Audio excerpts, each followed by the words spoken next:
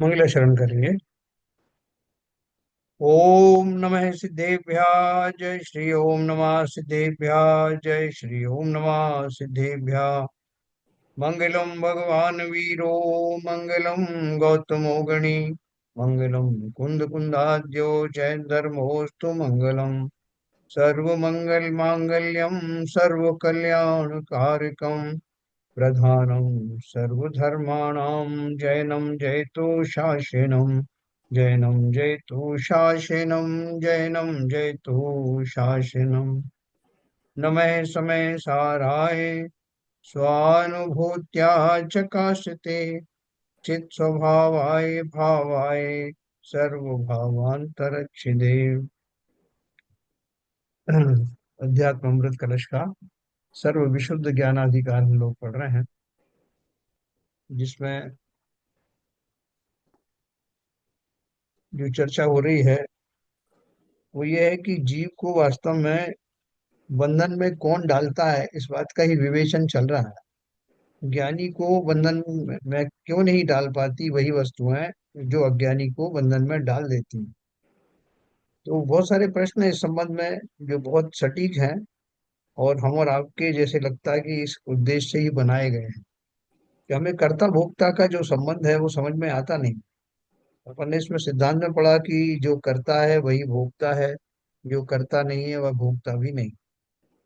तो ये जो रहस्य है, ये सिद्धांत की अपेक्षा हमने मान लिया, लेकिन अभी पूरी तरह एब्जॉर्व हुआ नहीं। तो इसके लिए उन्होंने कुछ क्वेश्चन डिजाइन किए हैं कि वो कर्ता और भोक्ता की बात क्या है। पंचेंद्रिय के विषयों में रत रहने के बाद भी किसी को बंद होता है, किसी को नहीं होता। इसका वास्तविक कारण क्या है, और थोड़ा सा आज पढ़ेंगे। कल भी अपन ने उस पर डिस्कशन किया था। आज की चर्चा अपन 8:45 तक करेंगे। आज एक मीटिंग है, उसमें लोगों को जाना। तो इस बीच में अपन जो है बहुत मार्मिक जो उसका प्रसंग है उसका अपन संज्ञान लेते हैं।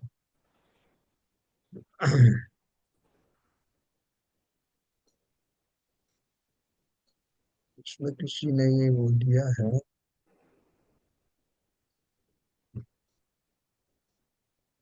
देखिए, अपन ने कल ये पढ़ा था, पर द्रव्य के कर्तापने का सद्भाव किसी भी द्रव्य में नहीं है। ये अपन ने चर्चा की थी।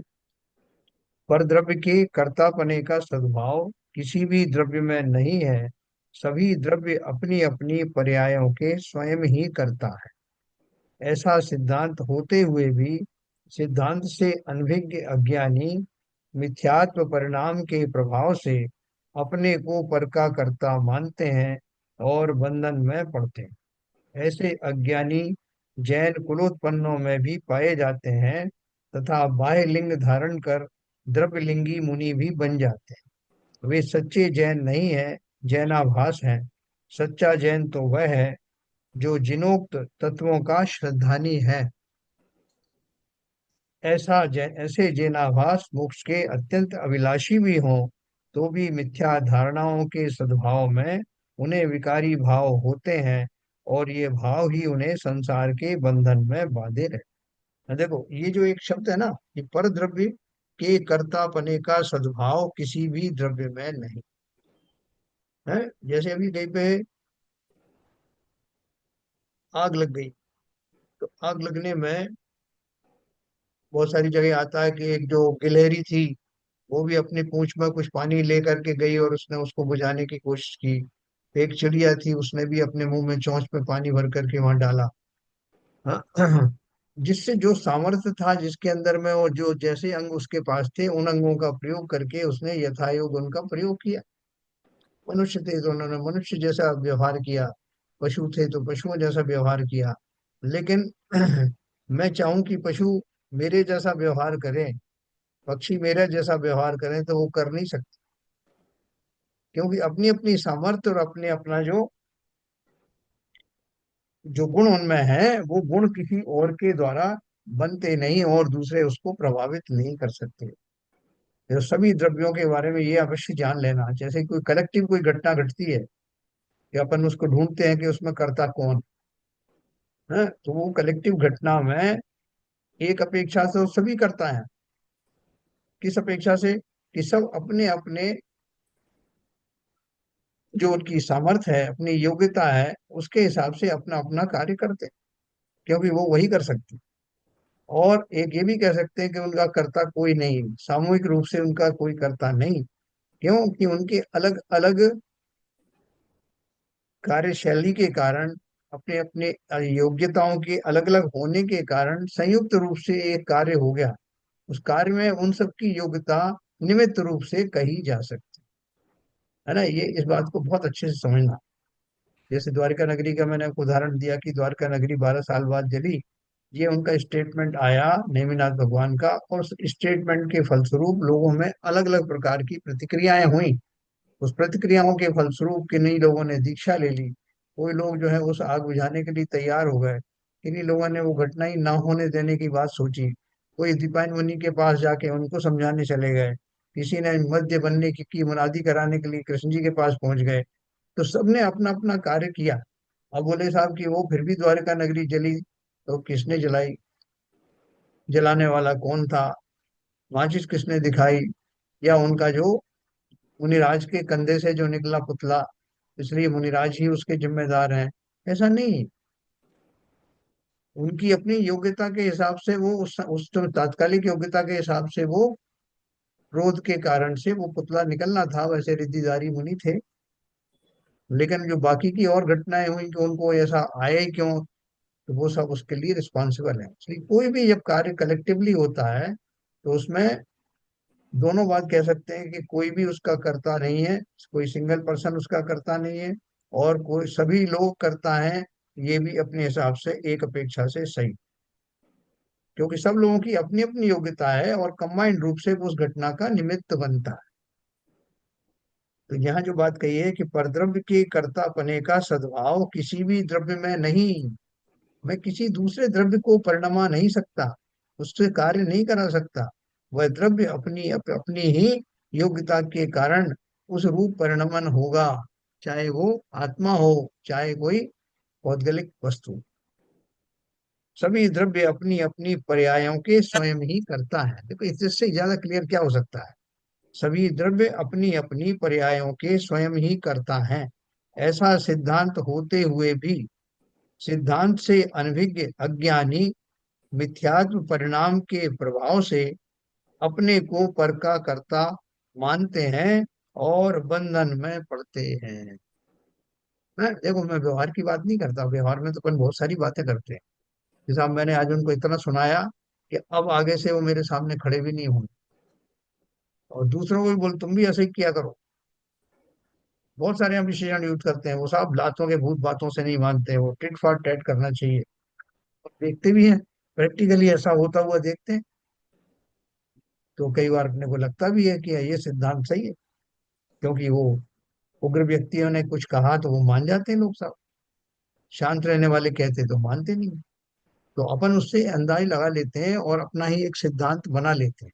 तो ये सिद्धांत उन्होंने क्या बोला, इसको अपन घटित करेंगे। ऐसा सिद्धांत होते हुए भी सिद्धांत से अनभिज्ञ अज्ञानी मिथ्यात्व परिणाम के प्रभाव से अपने को पर का कर्ता मानते हैं और बंधन में पड़ते हैं। ऐसे अज्ञानी जैन कुलोत्पन्नों में भी पाए जाते हैं, तथा बाह्य लिंग धारण कर द्रव्य लिंगी मुनि भी बन जाते हैं। वे सच्चे जैन नहीं है, जैनाभास है। तो इसमें अपनी मान्यता में क्या गलती है? अपन जो मानते हैं कि जो अपने को पर का कर्ता मानते हैं, तो इसमें गलत क्या है? जैसे मैंने आपको उदाहरण दिया कि हमने कई बार लोगों को देखा कि जिन्होंने बहुत अच्छी तरह से किसी को डांटा तो वो चुप होकर बैठ गए, दूसरा शांत था तो उसको उन्हीं लोगों ने बहुत कुछ सुनाया। इससे सिद्ध होता है कि मैं दूसरे द्रव्यों को परिणमित कर सकता हूँ, परिवर्तित कर सकता हूँ। फिर ये सिद्धांत क्यों बनाया कि एक द्रव्य दूसरे द्रव्य का कुछ नहीं करता? ये थोड़ा सा कुछ बताएं जरा। मुझे सिद्धांत ही कुछ गड़बड़ लग रहा है। बोलिए शिवजी साहब। सिद्धांत कोई गलत नहीं है। हाँ। अगर किसी ने डांटा और करने क्या कहते हैं उसमें कुछ जवाब नहीं दिया, समता भाव रखा, तो उसके भाव थे, उसने उसका कुछ नहीं किया। सिद्धांत तो बिल्कुल सही है। भाई ये मेरी, बात मैं किसी को डांटने वाला कोई होता है, मैं नहीं डांट पाता तो लोग मानते नहीं है, दूसरा डांट पाता तो लोग मान जाते हैं, उस वो हिसाब तो से एक्ट करने वो लगते हैं। वो तो टेम्परेरी मिथ्यावादी को दिखता है, हम्म। ये आभास होता है। और ये यही तो, इसी का नाम तो संसार है, कि जो मिथ्या मिथ्या से भरा हुआ संसार है, जो चीज है नहीं वो दिखती है, और जो दिखती नहीं है वो केवल भावों से ही महसूस की जा सकती है। बोलो भाई शैलेंद्र जी, इस सिद्धांत को ये सही है कि वास्तव में प्रैक्टिकली सही नहीं? एक बार वापस पूछना क्वेश्चन। हाँ, मेरा प्रश्न ये है, इन्होंने लिखा है कि स- परद्रव्य का कर्ता बने का सद्भाव किसी भी द्रव्य में नहीं। सभी द्रव्य अपनी अपनी पर्यायों के तो स्वयं ही करता है। ऐसा सिद्धांत होते हुए भी सिद्धांत से अनभिज्ञ अज्ञानी मिथ्यात्व परिणाम के प्रभाव से अपने को पर का कर्ता मानते हैं और बंधन में पड़ जाते हैं। मेरा क्वेश्चन ये है कि प्रैक्टिकली व्यवहार में अपन देखते हैं कि जैसे दो व्यक्ति हैं, एक बहुत शांत स्वभाव का है और एक बहुत अच्छा अ, तीखे स्वभाव वाला है। और कोई दूसरा लोग देखते हैं कि वो जो शांत स्वभाव वाला है उसको तो लोग दबा देते हैं, लेकिन वो जो उग्र स्वभाव वाला है, जब वो चिल्लाता है तो सब शांत हो जाते हैं, उसके खिलाफ कोई नहीं बोलते। तो इससे ये साबित होता है कि एक द्रव्य दूसरे द्रव्य का परिणमन कर सकता है। ऐसे संसार में कितनी जगह अपन ने देखा कि हमने बोला और बात हो जाती है, कोई दूसरा बोलता तो नहीं होता है, किसी और को बोलने से हमें गुस्सा आ जाता है, किसी और व्यक्ति के बोलने से हम शांत हो जाते हैं।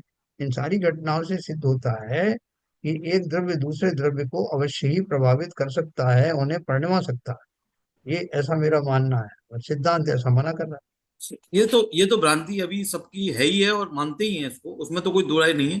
लेकिन है। जी। जब अभी अब जब जैसे अभी हम इस चीज को 4 साल से बार बार अभ्यास कर रहे हैं और मान रहे हैं, तो अब हमको थोड़ा विश्वास होने लगा है। क्योंकि बहुत अभी हमको ऐसा लगता है कभी कभी कि कोई हमको दबा रहा है, और बहुत दबा रहा है, अनावश्यक रूप से दबा रहा है, और क्योंकि वो ताकतवर है दबा रहा है। लेकिन उसमें भी यदि कहीं ना कहीं हमारे कर्मों का, अब हमको समझ में आने लगा है कि भाई ऐसा संयोग क्यों पड़ रहा है, हाँ। ऐसा क्यों हो रहा है कि भाई वो शक्तिशाली है और हम कमजोर हैं, और वो हमको दबा रहा है। तो कहीं ना कहीं कुछ और चीजें इसमें समाहित हैं जिसकी वजह से हमको ऐसा मौका आया है कि वो उसको हमको दबा पा रहा है। तो उस बात को लेते हुए हम अपने को शांत मानते हैं, क्योंकि पहले तो हमारी यही भ्रांति थी कि दूसरा हमारे को फर्क कर सकता है, दूसरे की वजह से हम परेशान हैं, दूसरा ही हमारे हमारे मतलब हमारी प्रगति में रोड़ा है। तो यही हमारी भ्रांति थी और यही हम चलते थे। ये अभी सांसारिक में तो फिर भी, व्यवहारिक व्यवहारिक बातों में तो फिर भी ये चीज आप लगा सकते हो। लेकिन यदि आपको मोक्ष मार्ग पे जाना है तो आपको बिल्कुल निश्चित रूप से पर होकर ही जाना पड़ेगा, निश्चित रूप से अपने को, क्योंकि उसमें तो तनिक भी आपने दूसरे का लिया तो फिर तो आपका पूरा जो किया कराई जो मेहनत है, या आप जो आ, अपना मेहनत कर रहे हो, अभ्यास कर रहे हो, या जो मान रहे हो, वो सभी गलत हो जाएगा, और एकदम मतलब एकदम आपको जानते मानते हुए मिथ्याभासी हो जाओगे। देखो मैं आपको एक बात बताऊं, ये सिद्धांत जितने भी होते हैं वो व्यवहार में कहने में ऐसा लगता है कि वो वास्तविक सिद्धांत से अलग है, लेकिन अलग नहीं है। मैं आपको सिद्ध करता हूँ कि जैसे मैंने आपको उदाहरण दिया कि एक उग्र व्यक्ति ने किसी भीड़ को समझाया, तो भीड़ से दो चार लोगों को समझाया, जोर से चिल्ला के बोला तो सारे शांत होकर बैठ गए। और उसी बात को पहले एक शांत व्यक्ति कह रहा था तो कोई मान नहीं रहा था। ठीक है। अब सिद्धांत तो यहाँ भी वही है कि अपन ने क्या पढ़ा है कि जब जो घटना जिस प्रकार से जिस निमित्त पूर्वक होनी होती है, वो घटना उसी काल में उसी निमित्त पे पूर्वक उसी क्षेत्र में वैसी ही होती है। तो इस घटना के होने में, वो कोई बात करने में, वो जो उग्र स्वभावी व्यक्ति था उसकी उग्रता एक निमित्त बनी, क्योंकि वो जो सामने बैठे वाले जो लोग थे उनकी मेंटेलिटी ऐसी ही थी कि अगर उनसे कोई और आगे के बढ़ चढ़ के बोलने वाला हो तो वो मान जाते हैं। ये उनकी अपनी योग्यता थी, उस योग्यता के अनुरूप जो निमित्त मिले तभी वो घटना घटित हुई। और वो जो व्यक्ति शांत स्वभाव वाला था वो उस निमित्त का पूरा पूरक नहीं था, उस तरह का निमित्त जैसी उनकी मेंटेलिटी थी उस निमित्त को, तो वो निमित्त बनने वाला नहीं था उनको समझने में। अब दूसरी तरह से आप देखो कि वही घटना में दूसरे लोग ऐसे बैठे थे, जब एक ने बहुत उग्र भाव से कहा तो लोगों ने अपोज किया, बहुत अपोज किया। वो शांत व्यक्ति ने बहुत शांत भाव से जवाब दिया, तो सारे लोग उसके मुरीद हो गए। उनका बिल्कुल सही, हम समझ गए, आप इतना प्यार से बोल रहे हो, मान गए। तो क्या हुआ, व्यक्ति वही थे, समय अलग अलग था, लोगों की मेंटेलिटी अलग अलग थी। तो कोई भी घटना में उन उन व्यक्तियों ने, ना तो उस उग्र व्यक्ति ने उनको परिणमाया, ना वो शांत व्यक्ति ने परिणमाया। उनके जो भाव थे, उनकी जो स्टाइल थी, वो उस घटना में उनकी अपनी योग्यता में निमित्त बन गई, और तदनुकूल कार्य हो गया। तो सिद्धांत हमारा क्या है, कर्ता नहीं है, निमित्त तो बन सकते हैं। तो सिद्धांत कहीं भी लगाओ, व्यवहार में लगाओ, परमार्थ में लगाओ, सिद्धांत वैसा ही रहता है। लेकिन हम लोग व्यवहार में ऐसा मानते हैं, कहते हाँ, लेकिन वही जहाँ यदि हम इस बात को, सिद्धांत को बिल्कुल मानेंगे और इसमें हैं। विश्वास करेंगे, तो फिर हम उसको हम सही तरीके से सोच पाएंगे। अदरवाइज तो फिर जो व्यवहार में मानते हैं कि भैया वो बलवान व्यक्ति था इसलिए चला ली उसने, जबकि हो सकता है कि बलवान व्यक्ति की वजह से वो झगड़ा जो बढ़ने वाला था वो कम हो गया, खत्म हो गया। हाँ, हाँ, तो वो भी एक निमित्त था। नहीं तो हो सकता है कि यदि सभी सारे कमजोर होते और झगड़ते रहते, जैसे एक सारे अल्सेशियन मिल जाएं, तो वो हाँ, भौंकते रहेंगे पूरे टाइम, गर्दन अपनी खिंचाती रहेंगे और चिल्लाती रहेंगे, और एक वही बुलडॉग आके सामने खड़ा हो जाए, तो सब एकदम सतर्क हो जाएंगे। तो मतलब, तो ये जो कोई घटना घटनी है उसमें सारी चीजों का निमित्त है, वो अपने को निमित्त, मानना पड़ेगा। बस।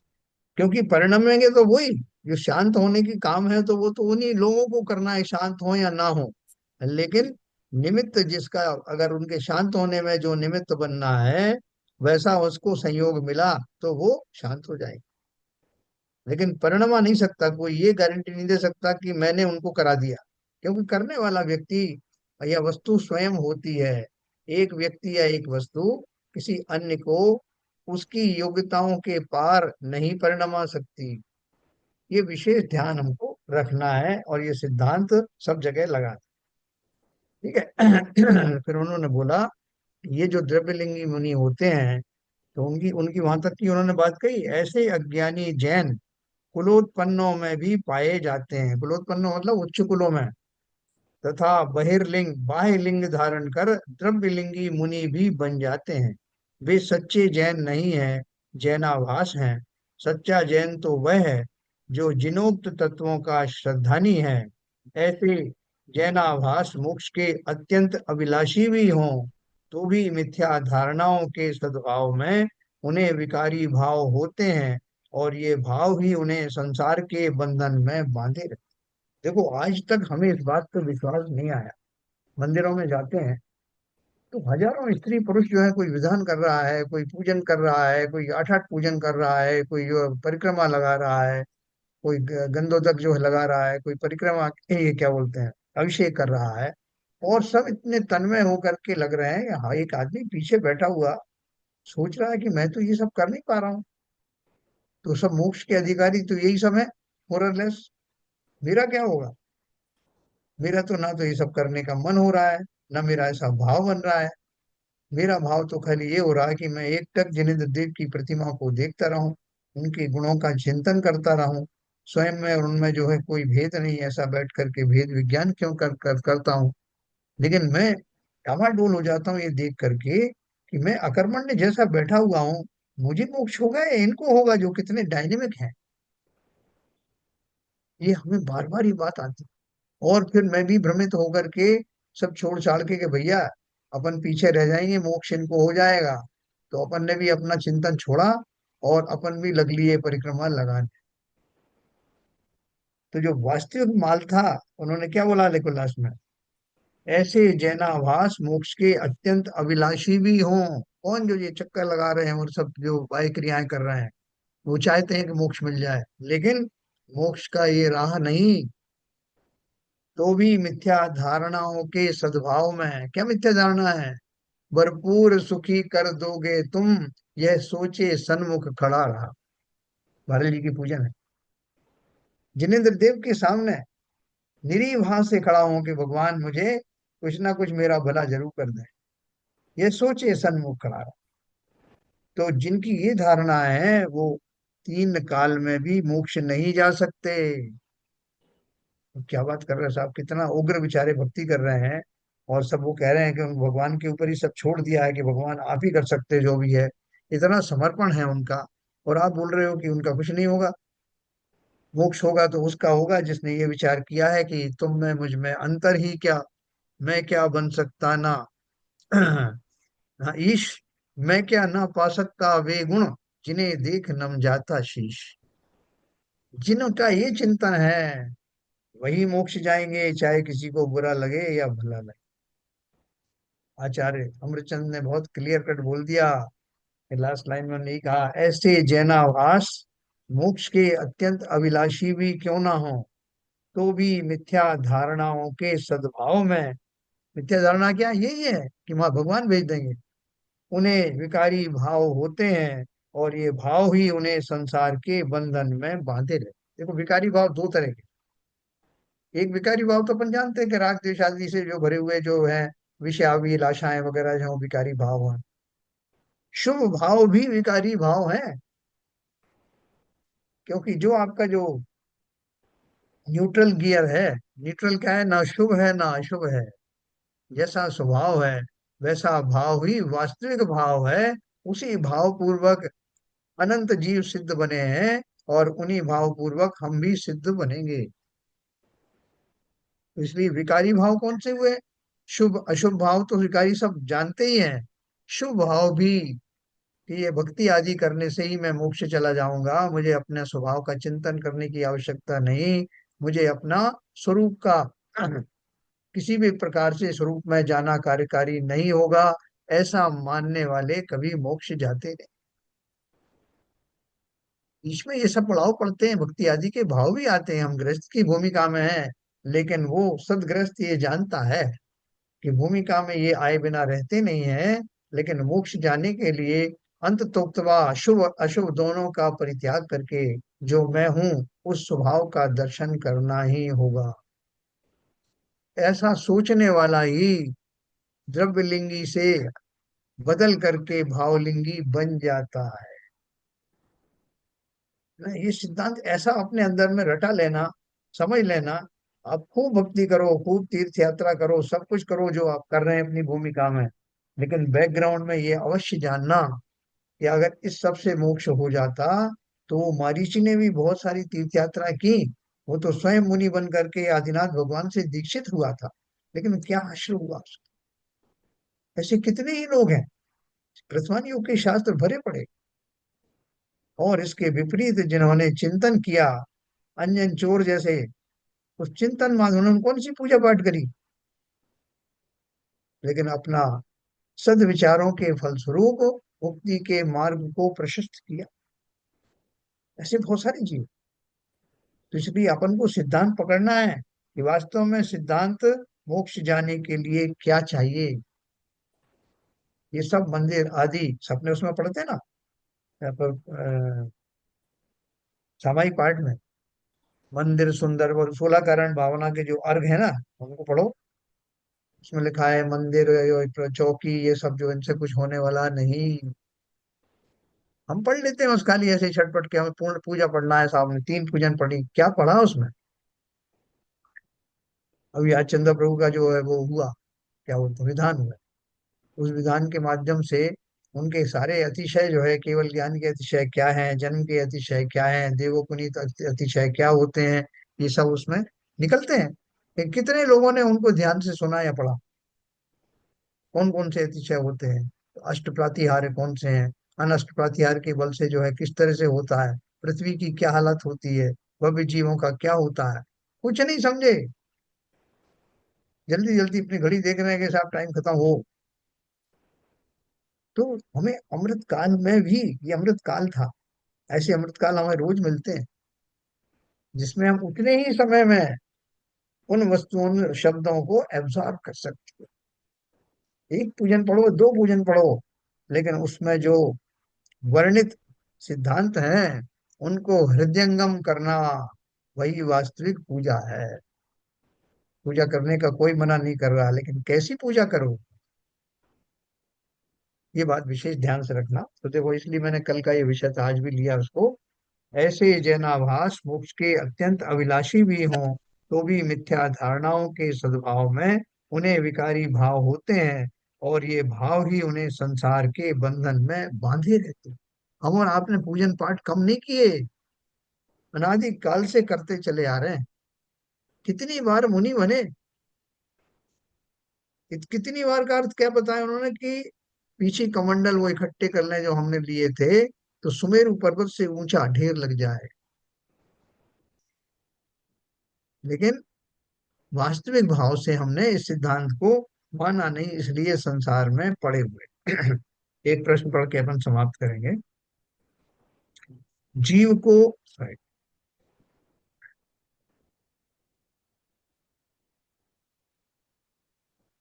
जीव को विकारी भाव बांधे हैं या ज्ञानावरणादि कर्म बांधे हैं। उन्होंने सीधा सीधा पूछा कि भैया ये बताओ कि मेरे बंधन का कारण ये कर्म है, ज्ञानावरणादि मतलब आठों कर्म है, या मेरे विकारी भावों ने मुझे बांध रखा है, मुझे क्लियर बताओ। तो समाधान दिया, रागादि विकारी भावों का बंधन ही बंधन है और उसका छूटना ही मोक्ष है। कितनी शॉर्ट परिभाषा है संसारी पने की और मोक्ष पने की। क्या बोला? रागादि विकारी भावों का बंधन ही बंधन है। जीव का और कोई बंधन है ही नहीं। जो बाहर के बंधन है वो बंधन है ही नहीं। एक पशु को आप एक कोई रस्सी के उससे बांध देते हो, फंदे से, तो वो पशु भी ये मान के चलता है कि मैं बंधन में हूँ। लेकिन अगर वहीं बैठा बैठा उसे भोजन भोजन सब मिल रहा है, वो अगर ये मान ले कि भैया ये रस्सी अपने ही रस्सी से बंधी हुई है, एक एंड से दूसरा एंड बंधा है, मुझे क्या पता, या ज्यादा से ज्यादा ये जो शरीर है पुद्गल है वो इस फंदे के बीच में है, लेकिन मैं तो कभी बंधा ही नहीं। अगर इसी समय मेरे प्राण छूट जाएं तो ये बंधन तो यहीं पड़े रह जाने वाले हैं। मैं तो उन्मुक्त भाव से कहीं भी जा सकता हूँ। तो ये जो भाव है, इसलिए उन्होंने बोला कि वास्तव में मेरा बंधन मेरे खोटे भाव के कारण ही मैं बंध में महसूस करता हूँ। अर्थात स्वाभाविक चिंतन नहीं कर पाता, तो विकारी भाव ही बंधन का कारण है और उनसे पूर्णतः छूट जाना ही मोक्ष है।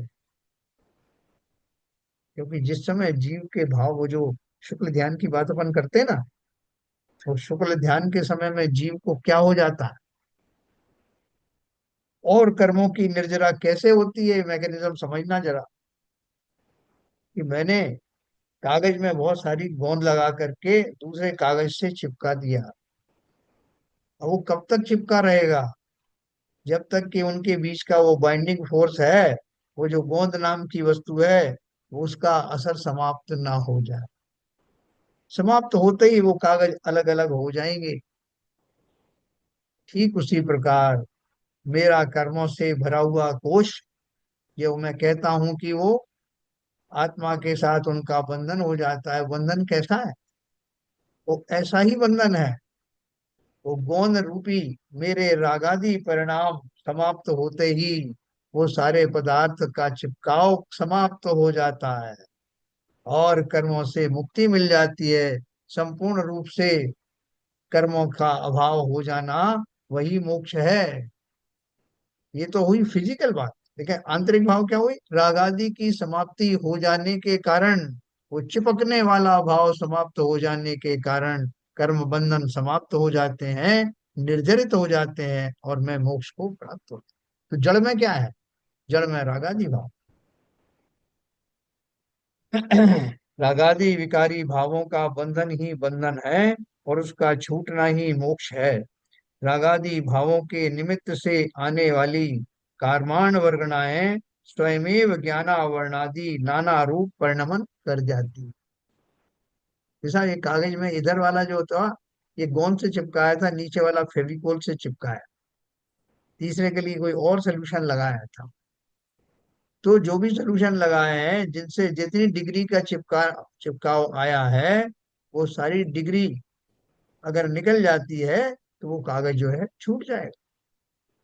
मेरे भावों का निमित्त, देखो उन्होंने लिखा है, रागादि विकारी भावों का बंधन ही बंधन है। ये हो गया।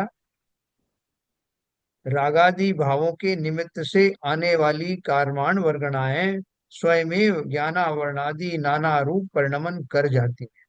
तथा आत्मा के साथ उनका श्लेषात्मक बंध हो जाता है।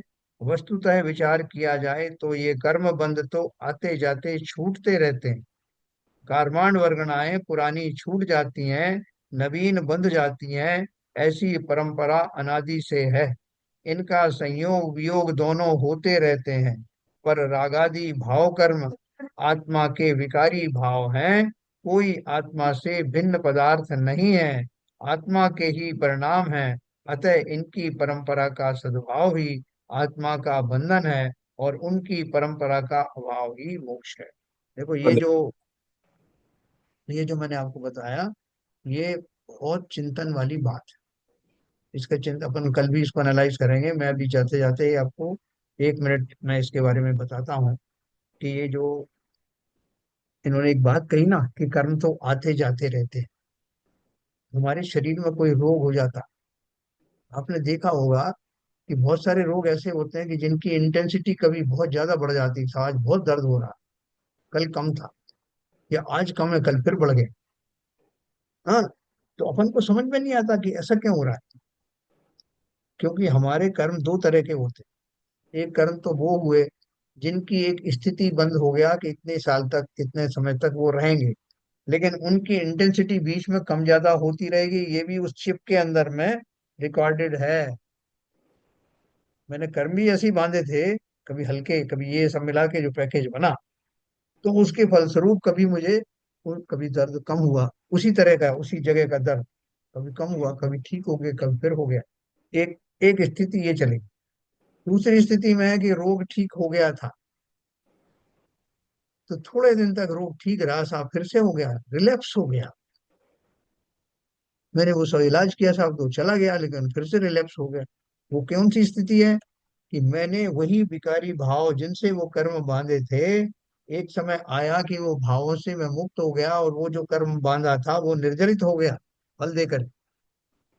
अब मैंने उससे लगे लगाए एक दूसरा कर्म बांधा था, जिसकी की परिणति, जिसका कार्यकाल अब शुरू हुआ, जिसे मैं रिलैप्स कहता हूँ। उसी तरह के भाव मैंने फिर से किए थे। ये सिद्धांत इतना बढ़िया है, बहुत इंटरेस्टिंग सब्जेक्ट है ये। कल अपन इसकी बहुत चर्चा करेंगे, और हमें पता लगेगा कि कैसे रोगों का रिलैप्सेशन होता है। भव रोगों की भी बात भी करेंगे। सांसारिक जो रोग हैं उन वो कैसे होते हैं, कैसे बदल बदल के उनकी इंटेंसिटी होती है, कैसे वो ठीक होते हैं, कैसे हमेशा के लिए मिट जाते हैं, इसकी चर्चा अपन कल करें। चलिए, अभी समय हो रहा है, मीटिंग में जाना है।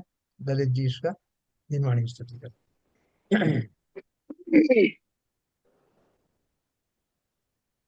मिथ्यातम नाश वे को ज्ञान के प्रकाश वे को अपरभास वे को भानु शिव खानी है। कहो द्रव्य जान वे को बंध विधि भान वे को स्वपर पिछान वे को परम प्रमाणी है। अनुभव बताए वे को जीव के जताए वे को काहू न सताए वे को भव्य और आनी है। जहाँ तहाँ तार वे को पार के उतार वे को सुख विस्तार वे को यही जुन वाणी है। हे जिनवाणी भारती तो हे जपूजन रैन, जो तेरी शरण गए सो पावे सुख चैन।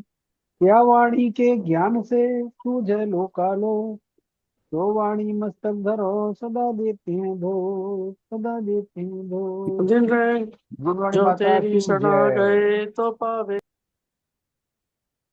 कीजिए।